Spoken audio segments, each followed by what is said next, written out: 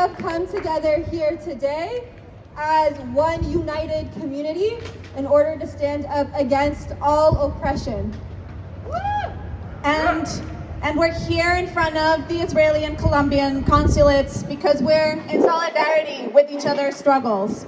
And the fact that we're here is not a coincidence, it's not happenstance. This is very intentional because we know that the oppression of our people has common roots in US imperialism and militarism.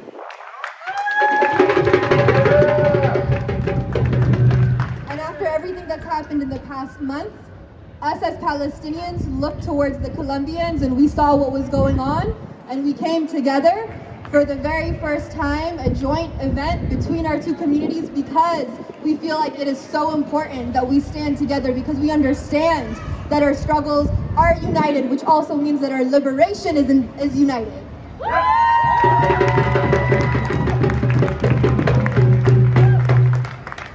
So I'm going to tell you a little bit about what's going on in Palestine first.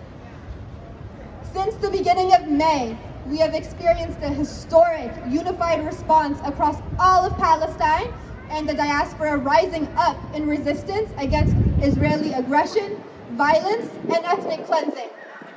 A spark from the Jerusalem village of Sheikh Jarrah, resisting the forced expulsions from their homes.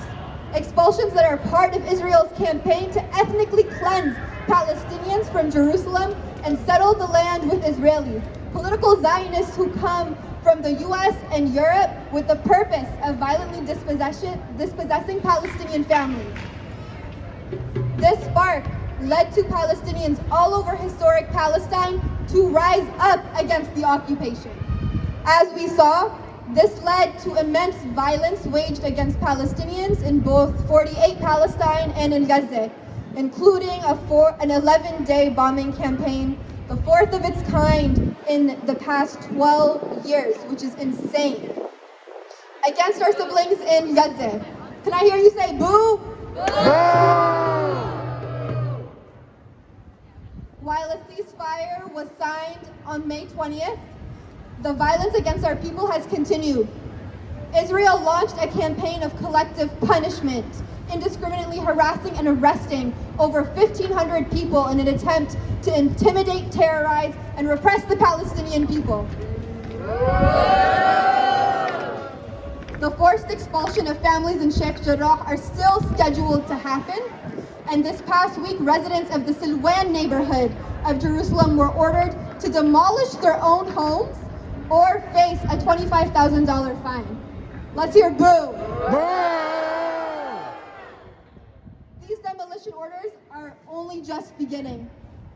Not only are over 200 Palestinian families facing ethnic cleansing in Jerusalem, but Israel also plans to build an archaeological tourist site for Israelis on top of these demolished homes. Let me hear you say boo! Violence has continued to further escalate beyond this, with many martyred this past week, including 15-year-old Muhammad Hamayal, who was shot by the Israeli occupation forces in the village of Beta near Nablus. We are here today honoring the call from Palestinians back home to continue speaking up, to not let the media hide what Israel is doing to our people, and to let not just one, but both of the consulates right here know that we are here and we will continue to rise up for our people. Right.